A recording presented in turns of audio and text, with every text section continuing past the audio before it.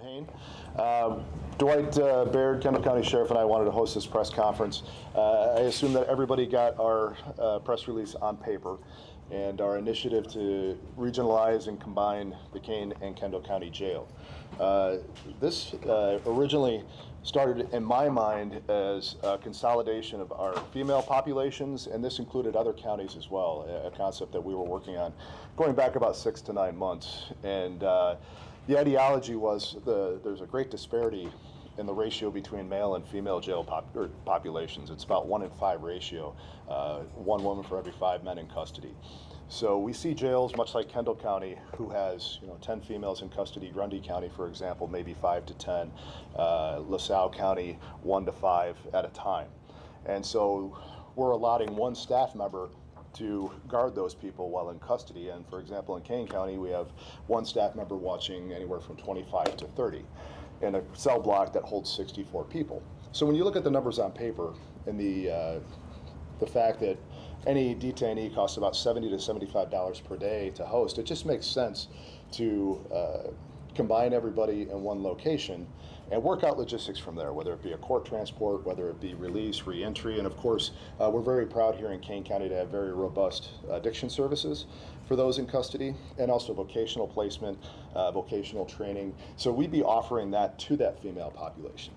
And then of course, Sheriff Baird contacted me, well, we've been working on this for the better part of 2 to 3 months, and said, well, Sheriff, I'm looking at my jail population. We're looking at the Safety Act coming up and cashless bail, and it just seems, numbers on paper and population in custody, to make a whole lot of sense to combine the entire population of our jails into your jail.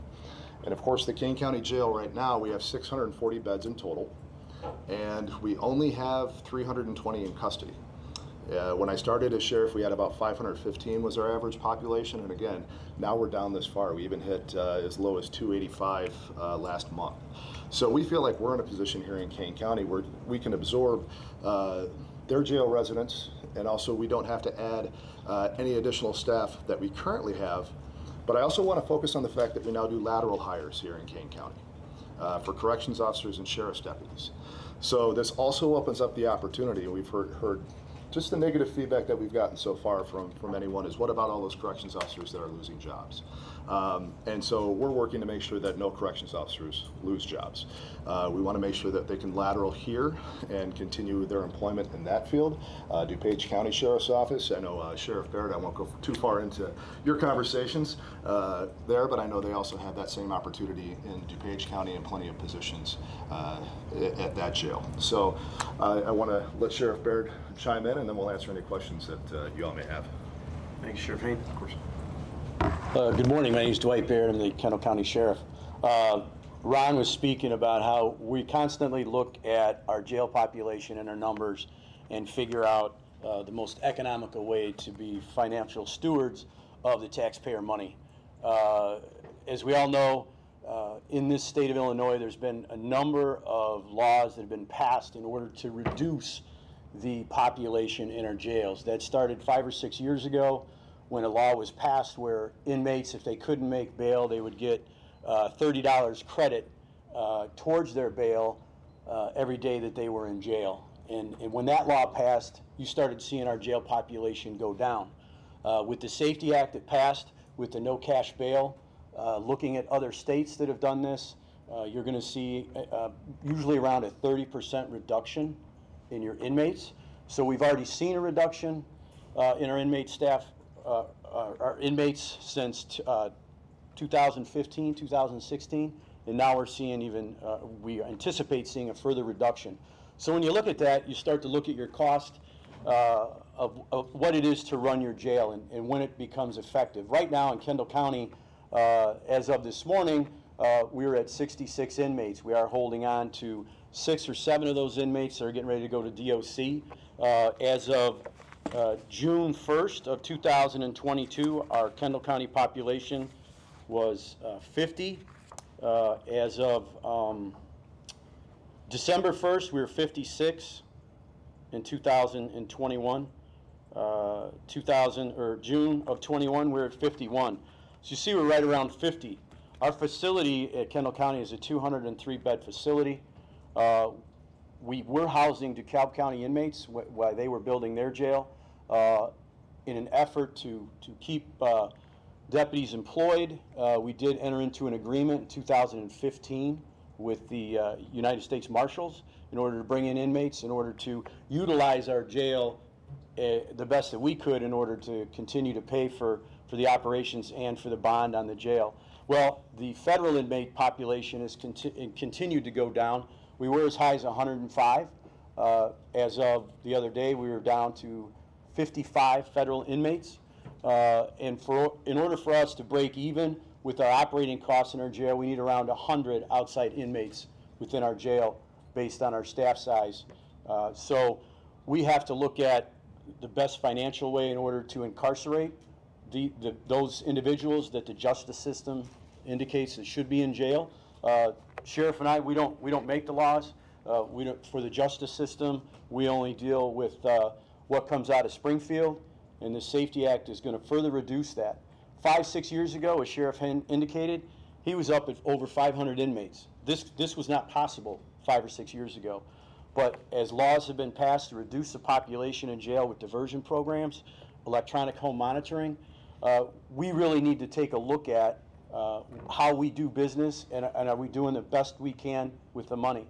And as we started diving into this concept, and this has been done in other areas in the United States. I've been looking there. It was done in Cumberland County, I believe New Jersey, back in 2020, where they were going to build a new jail, and with the cashless bail system, they didn't need to, and they were saving a substantial amount of money per year.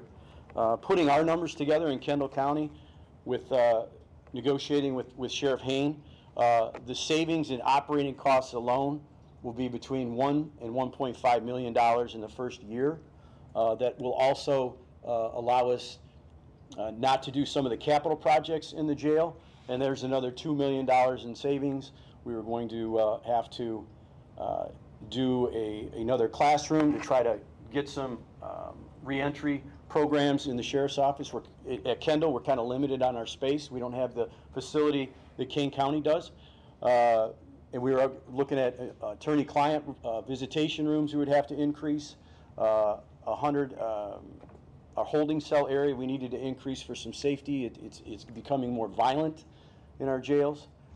So looking at all those factors, some staffing issues, we have some of our staff, they're off on FMLA, work duty injuries, off-duty injuries. We're down about 33% in our jail for staff. Having to work a lot of forced overtime, we know that can wear on people, wear on their patients. So we're actually in the process right now of reducing our inmates that we have from out of the county because of our staffing issues right now. We're shipping out some inmates in order to reduce the pressure on the staff to minimize the mandatory overtime that we've been experiencing. So with those types of savings, my command staff and I, we worked, and we have basically 3 budget proposals that we're going to discuss with our board, and tentatively that the board meeting, it's a committee of the whole. It's set for August 11th. We hope at 4 p.m. and we anticipate that it will probably be more attended than normal board meetings. So we're looking at another location, and that'll be determined later. But if that changes, we will definitely let everyone know. We work behind the scenes as far as putting these ideas together, which is not unusual. There's a lot of behind the scenes work before you roll something out, because you're going to be asked a lot of questions. So at this point, we felt that it was a viable option after several meetings, and we felt that it was important to get this out and to be transparent. We want to make sure that people are heard. They hear what we have to say. I mean, when you're an elected official and you can say, hey, I can fulfill my statutory obligation by having inmates in jail, and I can save $1 to $1.5 million in 1 year, and then that will be year-over-year savings. That's real dollars. It's not like you're talking $20,000, $25,000. So these are hard decisions that are going to have to be made. I have a very dedicated and professional staff that I know that probably aren't very happy with me right now. But if you're not looking at how to change your operations as these new laws are passed out of Springfield, then I don't think you're doing your job to looking at the best and most effective way to be financially a good steward with the taxpayer money. So again, the sheriff and I don't make the laws, we don't make the rules, we're part of the justice system, and we just need to look at the most cost-effective way to the taxpayer to do that job, present it to our boards, and then they can provide us direction. So, Sheriff Hain? With that, we'll open up to any questions. Do you want us to say all of that again, but talk slower?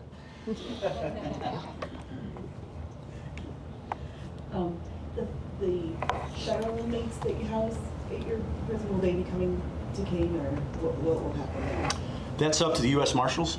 Okay. They're actually in the process right now. I spoke with numerous sheriffs around northern Illinois. Since this announcement came out, I've spoken with 2 other sheriff's offices, either myself, I spoke with one other sheriff's office. They are actually looking at the same idea of consolidating county jails in their region. And then a sheriff's office, the chief deputy had contacted some of my command staff in a county in the northwest section of Illinois to talk about this concept and what we've been able to find out with our research. So, Can you say which sheriff that is? you know what, I'd rather not. You know, I don't know, I don't need to start any troubles with them and their communities. That's their decision. So The U.S. Marshal's office will determine where the federal inmates go that you... it's their inmates, so they will determine their final location where they go. We did renew our marshal's contract. You may recall the previous sheriff ended that in 2015. We renewed that, I believe it was last year. We don't have any U.S. Marshal detainees with us right now, and we have not been contacted by them yet, so we don't know where they're planning to go. But would the Kendall County Jail be used when there's a trial, so you're not constantly bringing inmates back and forth? We can house approximately 30 inmates in our courthouse. So when we transport inmates to court, there's jail cells located within the courthouse that we would be able to have them there during the day for court. But so overnight? Not overnight. No, the overnight, if this concept is accepted by all parties, then the overnight housing would be here in Kane County. Are the judges in favor of this in both counties? so fortunately here in Kane County, the judges don't have to worry about that because they Right. won't be hearing those Kendall County cases. I'll turn that over to I have spoke with the presiding judge of Kendall briefly about this. He seemed to be in support of it, and I can tell you another factor that really played into this was the acceptance by judges and courts to do Zoom court with the pandemic. It seemed before that it was very difficult. There was a lot of talk about it, about having particularly inmates that are housed in DOC to do telecourt, and it was really kind of resisted by some judges. But then with the pandemic, you know, with something like that happens, a pandemic, sometimes you can change the way you think, the way you do things, and it can be beneficial to all. You know, with the Zoom court, the judges seem to be open to it, and that was only the one judge that I spoke with, but he is the presiding judge for my county. Sheriff Baird, what measures would need to be taken to effectively mothball the Kendall County Jail, and how much would it cost to do that, and could the jail ever in the future conceivably be reopened if circumstances or laws change? The jail could certainly be reopened. You would have to obviously heat, cool it, you know, to make sure pipes don't freeze, and items like that. You don't want to let the building go into disrepair. You know, you still need to look at the roof. The roof is relatively new. We got a new HVAC system, I think, that's only 3 years old. So I don't think that there'll be any problems there. But other minor stuff that we would have to keep an eye on, just like you would your vacation property that, you know, if you have vacation property, you have to do some type of maintenance at those locations. So we're going to have to keep an eye on it, but definitely we wouldn't be spending the money we would if it was open. Is there any cost, or is there anything that you would need to do to close it down? Is it just a case of just doors and locking the building? Operationally, there are a couple things that we would like to do, maybe to you still utilize the booking area, much like your municipalities do, where a lot of municipalities, like when I worked at Oswego, when we arrested someone, we would bring them to our lockup area, our booking area. We would book them, and then they would normally be the ones who would be booked and then released. They would not be held. So that's what we could do. We are going to have a booking station located at our courthouse in order to, if someone is arrested and the judge and they weren't booked at the time or they were charged, a lot of times we'll take a police report and then we'll get a warrant for someone's arrest, or sometimes we'll notify them with the new law, B and C misdemeanors. You get a notice and say, hey, you need to go to court at this date and time. I believe it's within 21 days. So some of these arrests won't happen, or they won't be booked until they actually come to court. And then they can say, the judge can say, hey, we need them fingerprinted and photographed. We can do that right there at the courthouse. The other municipalities that have police departments in the county, they would be responsible then to transport up to Kane County if they had an arrest? That's correct. If they had an arrest, it was going to be detained. Speaking with Sheriff Hain, that was one of the things. It's unique to Kendall County. Oswego, Montgomery, and Plano, they have their own areas where they book people. And they would normally book their own arrests, and then if they were going to be detained, they would bring them over to the sheriff's office, and then we would take them to court in the morning. Have they been polled, and are they in support of this? I had a conversation with all the police chiefs yesterday. They understand with the cost savings that's involved here. Actually, I'm very fortunate to work closely with Kendall County. Statutorily wise, the sheriff is not really required to take a prisoner until they've been before a judge and the judge remands them to the custody of the sheriff. So it's always been something in Kendall County that we've always worked to do. I know up here, Sheriff Hain, for some departments, will take them before they go before a judge. So we've always worked good together. Our meeting went very well yesterday. In fact, I got a call from one of the mayors of municipalities. Wanted to learn more about the concept, but he thanked me for looking out for the taxpayers' money as an elected official. The boards are often the brunt of why my taxes are so high. And I know my county board is. I hear people come in and talk about that, but actually the county taxes on your tax bill are very minor. If you want to make change substantial to your tax bill, run for the school boards. That's where most of the money goes. I do want to chime in on the transport portion. It is one of my goals. And we're going to see legally what it looks like and exactly what it looks like when the Safety Act takes effect. But I would like to provide maybe not a 24/7 transport van, provided by our corrections officers that would work southern Kane, so south of Route 38 and into Kendall County, just so those municipalities aren't taking police officers off the road for hours at a time, transport up and down. That's just a selfish goal to make a more dynamic job for some of our corrections officers and to provide that support to municipalities as well. I didn't want to say that because Ron had offered that, but that was his story to tell. I'll do that aside from you. Can you, so your inmates will be going to Kane, but in terms of the effect of the bill on your jail, can you talk about what you anticipate jail population to be from Kane? So you heard Sheriff Baird say a decrease in 30% of the jail population. We've even heard from counties like Cook County, which is dramatically different than Kane when it comes to violent crime, that they're actually expecting an increase in jail population because of that violent crime that can just be remanded by a judge without having to worry about cash bail. Regardless, I think it's going to stay status quo for the most part here in Kane as far as our population goes, maybe a slight decrease of 10 to 15%. What we think is going to explode is our electronic monitoring program. So we're very fortunate that we revived that in 2019 after the county had discontinued it in 2018.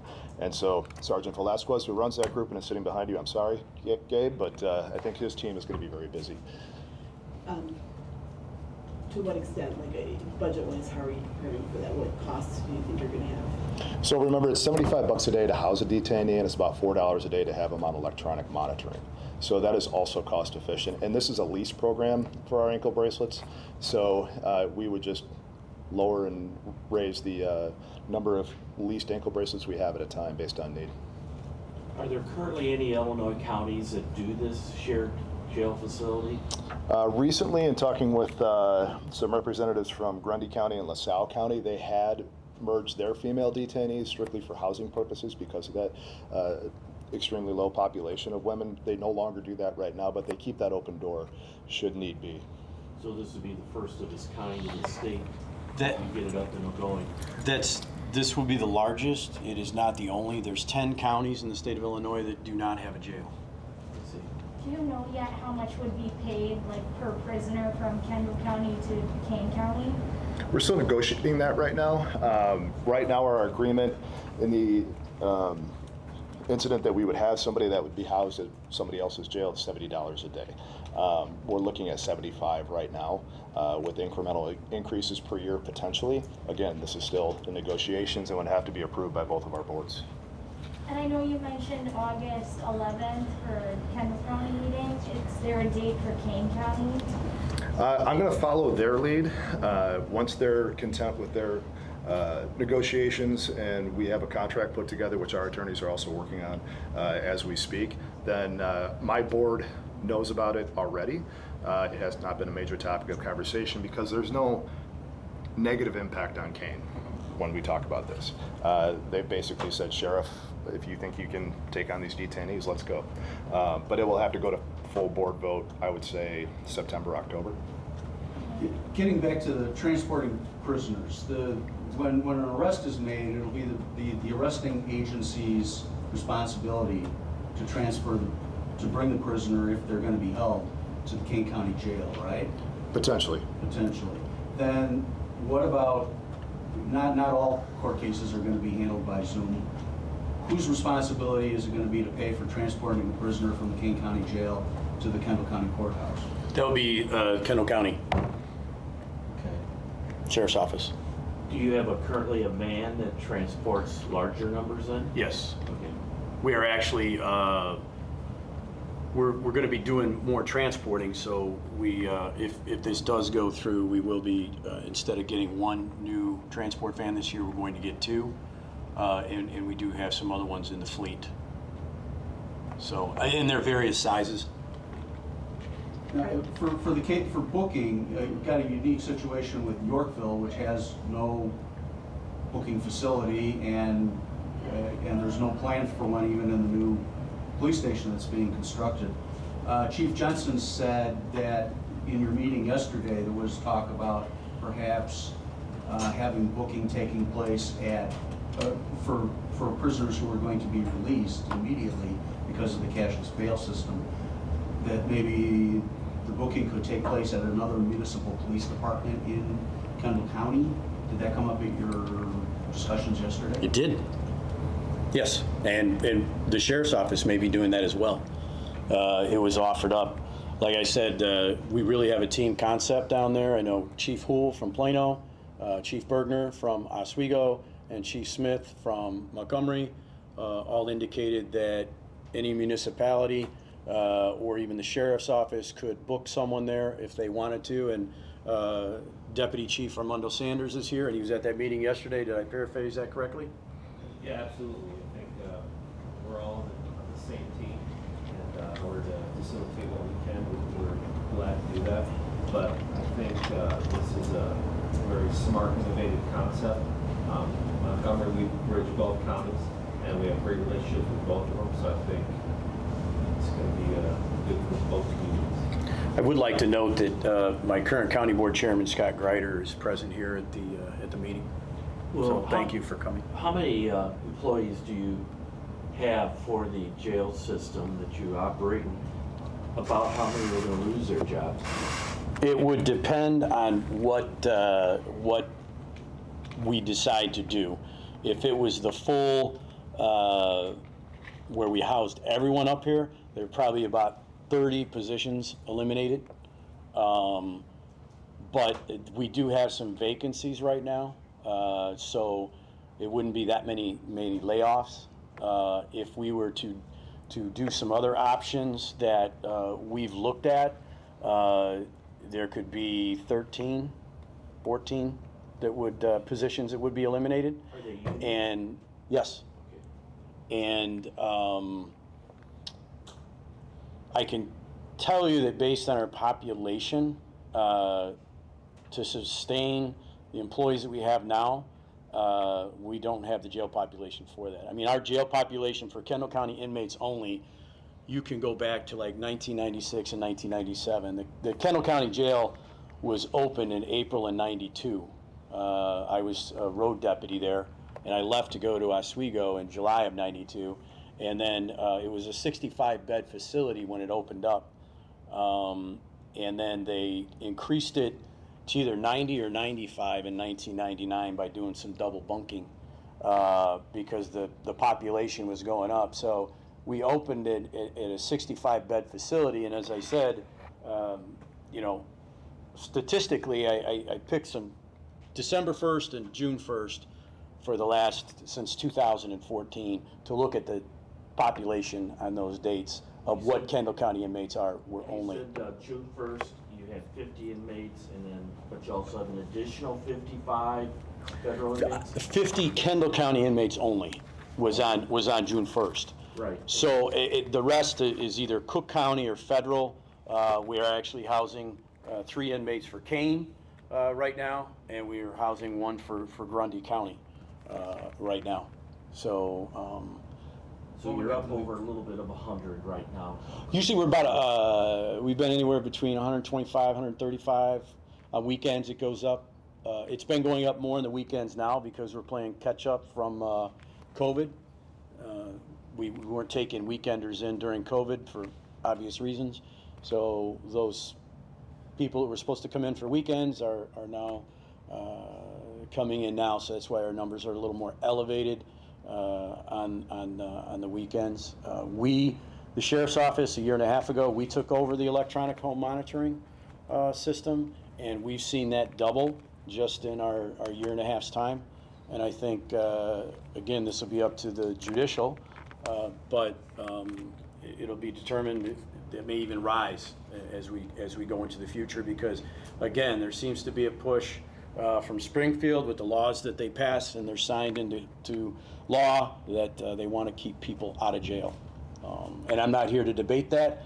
That's what they pass. You know, we have to deal with what comes out of Springfield and play within the law.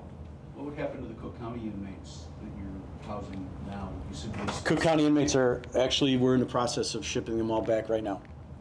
And the reason I'm not doing it as an anticipatory thing that this is going to go through. We're doing it because I'm 33% down in staff in the jail. And we're forcing people to work overtime, and they're getting fed up. And I understand. So we're having to take measures right now to reduce our outside population so we can shut down one wing of our jail. And therefore, that would reduce the requirement of 1 staff member 24 hours a day. So you said you've got an authorized staff of about 30 corrections officers for the jail? 34 in the back. That includes transport and the housing. And you said about 13 to 14 might be at risk of being laid off? And one of the options that we have, yes. And so the question goes to Sheriff Hain, do you have room for 13 to 14 corrections officers at the Kane County Jail? So we have 124 that we're approved for. We have 5 open slots right now. We also have 6 to 7 open slots in court security, I would say. And Dupage County reported how many open slots? 19 when I talked to Dupage, and Will County has 16 open spots. And another agency that I spoke with a little farther away, they have 13 open positions. So we're really trying to work in parallel with the other sheriffs to place everybody in an opportunity. So they would not necessarily come to you, you're looking at surrounding counties to try to place Yes. whatever officer, whatever corrections officer. It's not that we're trying to place them there, it's we're trying to let them know that there's options. That's all. I mean, if they choose to go to CDL truck driving school, you know, that's fine, but we're just letting them know that there's a lot of open positions. You know, I don't know if I previously mentioned when I talked to Sheriff Kelly of Will County, he's got a 1,000-bed jail, and the other day when I talked to him, he had 640 inmates. So, but he's still down 16 staff. Has your jail seen a trend in losing money in your budget? No, Okay. no. The county board has been very supportive of funding us. So, Do you have a timeline when this merger might happen? if it's all approved, we discussed around December 1st would be, we would try to get all our inmates up here on or about December 1st. That's the end of our, November 30th, the end of our fiscal year. Sheriff Hain wanted to get them in before January 1st because there's going to be a lot of changes with the Safety Act as it is now coming, starting on January 1st. So he wanted to get them in for about 30 days. We are in the process of scheduling some trial runs where we're housing 3 inmates for them, excluding the females. We're going to exchange 3 of our inmates to come up here and kind of run some trial runs of how that works. Since this is still a viable option, because, you know, we're going to talk to our boards and how this operationally works. But on paper, we've done our planning, and now it's we're going to try to do a small sample size to see how that works. And then if that works out well, we don't see a lot of kinks, then probably, and the boards are in favor of the concept, then we're going to move on to the next step, where we start making an arrest on the street and then actually going through the process of transporting them up to Kane County and going through that, so we can try to minimize any of the unforeseen things. You know, you can always do a tabletop exercise, but until you actually get into a real life scenario, there may be some things that come up. So those are all some of the planning that Sheriff Hain's staff and my staff have been able to work through. We like our pilot programs. This might be a little early to ask, but is there any thought of what you'll do with the jail? Will it be repurposed for another use for the county, or what? You know, that's an outstanding question. I have a lot of ideas on that, but that's not for me to decide at this point.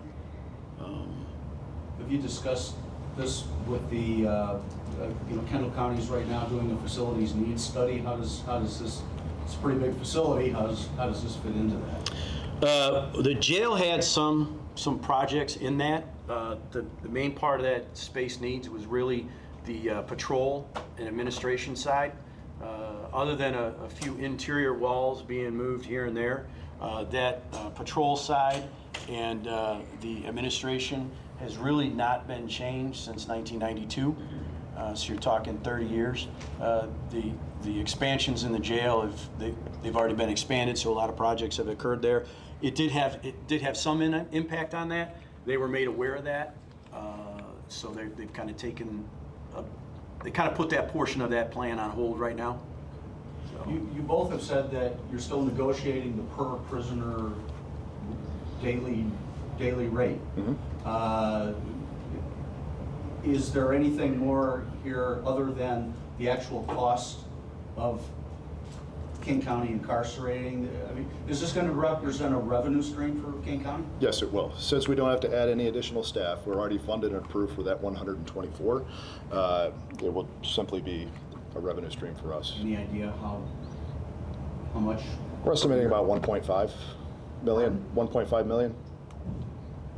So Kendall is going to save 1.5 million and Kane is going to generate 1.5 million. That's correct. Yep, Right? that's correct. Wow. From my memory, people who are visiting inmates here at the Kane County Jail, it's through like video chatting, correct? So we just switched over to video visiting on their tablets. So people can do it remotely, of course, now. We did not offer that before. As of 3 months ago, you would have to come here to our facility and go to the front lobby. So now any Kendall County detainee on good behavior will have that ability to visit with family if they're Kendall County residents and don't want to make the drive up here. And that's currently what we have at our Kendall County Jail, is video visitation. We went to that 3 or 4 years ago, just because to bring down the operations in the jail. They would go to different pods, and they would get the prisoners when their family arrived, and then they would do pat downs of them, and then they would have to do what they call stayaways, where inmate A can't be by inmate C. So if the families get there at the same time, then they're like, well, you got to wait a little longer because that family's here, and those inmates can't be together because they sit in the way that the jail is constructed. It's just a long, narrow, basically hallway with glass and some phones, and and then when they get out, then the deputies would have to take them back. There would always have to be 2 deputies, and then they would pat them down and then put them back in their pods. It was very time consuming. So and anytime you move an inmate in the jail, that's when it's more dangerous. So what we thought when we started that program, that we would minimize the movement of the inmates, therefore be safer for the deputies and less work. Can we hear from the Kendall County Board Chairman if you have any comment on this plan or what you think? Please, our thunder is your thunder. Yeah, no, I'm happy to answer, any questions as well. And Sheriff Baird has always, really thought outside of the box from the second he came in, whether it was related to training federal inmates or now working with Sheriff Hain to potentially close the jail. One of the things that we talk about, we're very fiscally mindful, I guess, at the county board. And we have a lot of questions, and he answered many of them. I'm continuing to learn new things. I know you've talked for a couple of months. We spoke, about this, privately as well, and look forward to. I know the board's going to have a lot of questions too, but it makes a lot of sense in this time, and it takes a lot of courage for them to do what they're doing here today. Because I think that the default is, as we see the dwindling population, the inmate population, is just to keep status quo, and here they're really, taking a step to think outside the box and really look at ways, new ways of doing things. And as things continue to come out of Springfield, that one of the things we complain about at the board level frequently is the unfunded mandates that we see, and these are the kinds of things that we need to really be thinking about, is how can we govern differently and more efficiently and provide the best bang for the buck for our taxpayers. So you're in support of this move? I have a lot of questions still.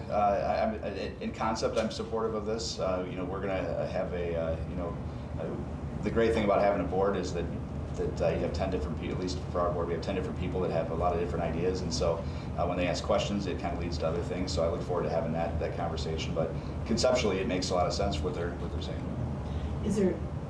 Is the board, or have you gotten any feedback from board members on if, in concept, if they're behind this? Yeah, generally it's been very, very favorable. The feedback that I've received, both with our board and with the county. I talked to a lot of our fellow mayors and other elected officials, and so everything I've heard has been very favorable.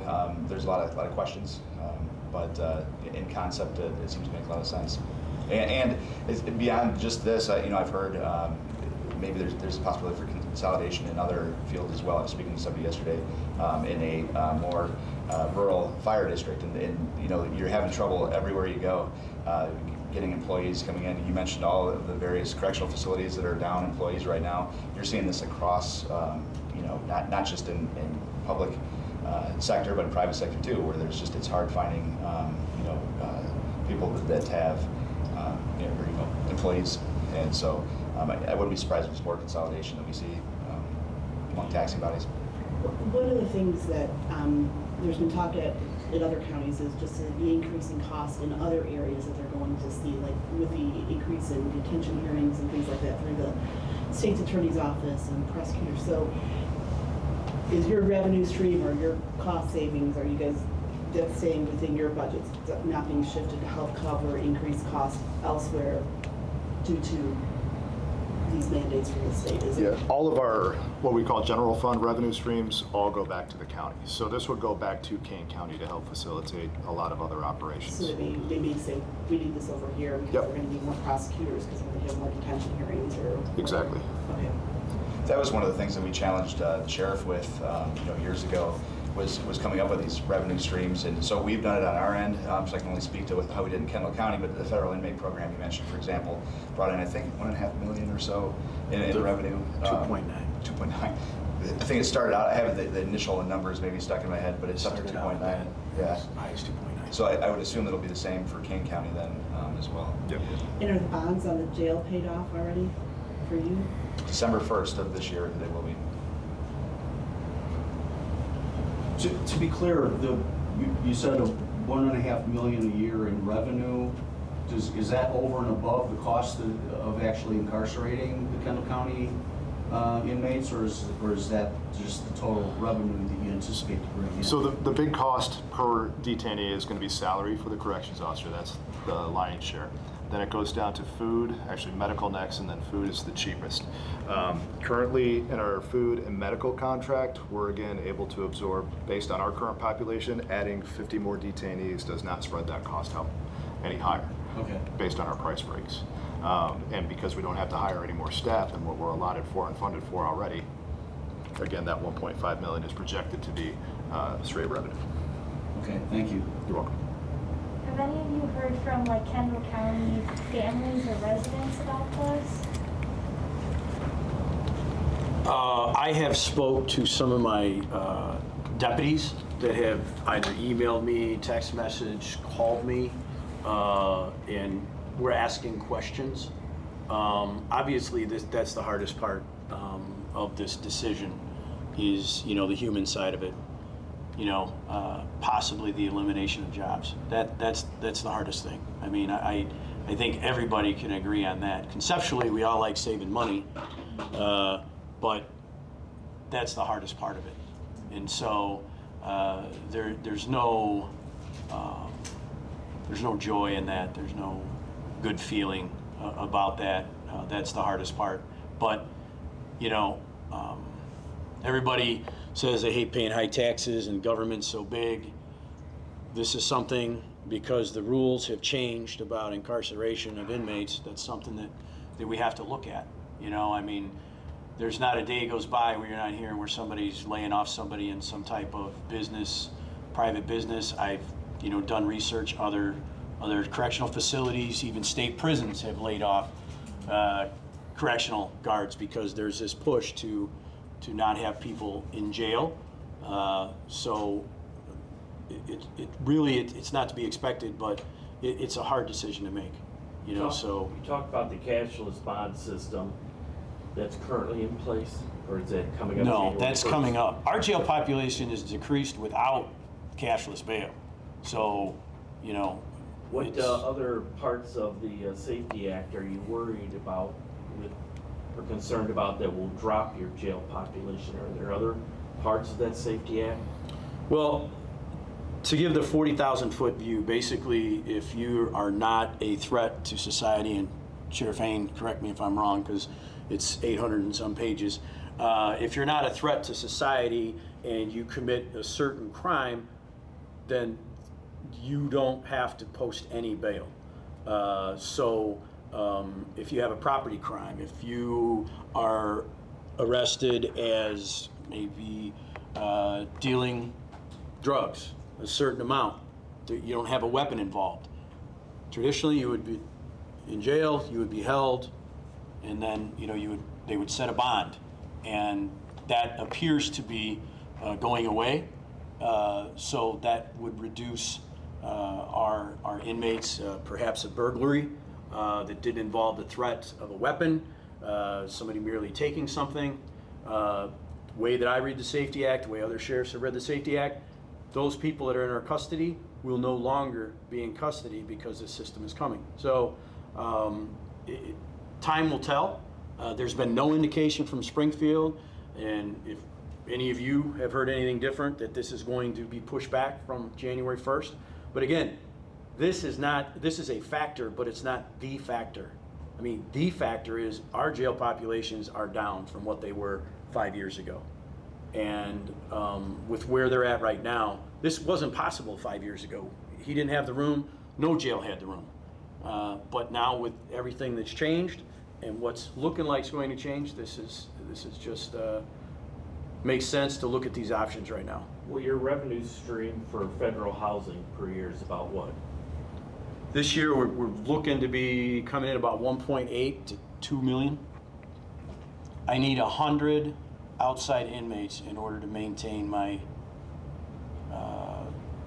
level of staff and to cover my costs. And we're at 65. So I'm losing about $1 million a fiscal year than what I was getting before. So if the federal decides to pull out, there'll be a loss to the county of $2 million. That'll affect. We're actually in the your process right now of shipping 35 federal inmates back because of our staffing shortage. Not because of this, but because of our staffing shortage. We're trying to reduce the requirement of one deputy around the clock in order to relieve the mandatory overtime that's being required right now to work. You talk about the shortage. So again, how many corrections officers are actually working at the jail right now? I know you said you've got authorized for 30 or 34. Probably maybe 8 or 9, and that includes transport deputies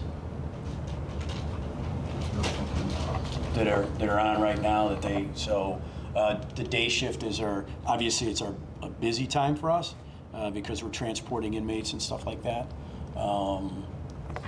But I didn't mean at any one moment. I mean total, how many are employed as corrections officers at the jail?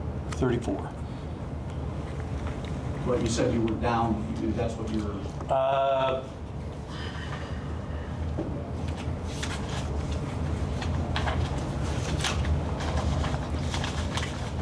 Hang on one moment.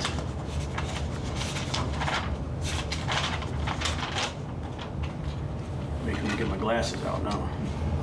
You want me to read it for you? In my youth?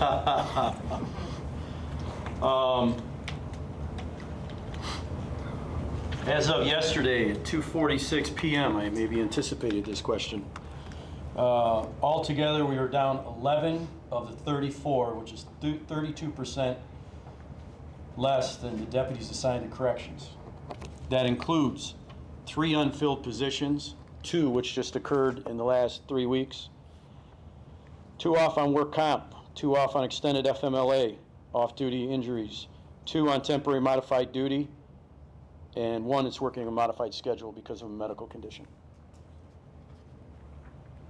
So you're authorized for 34. You say you're down 11. Correct.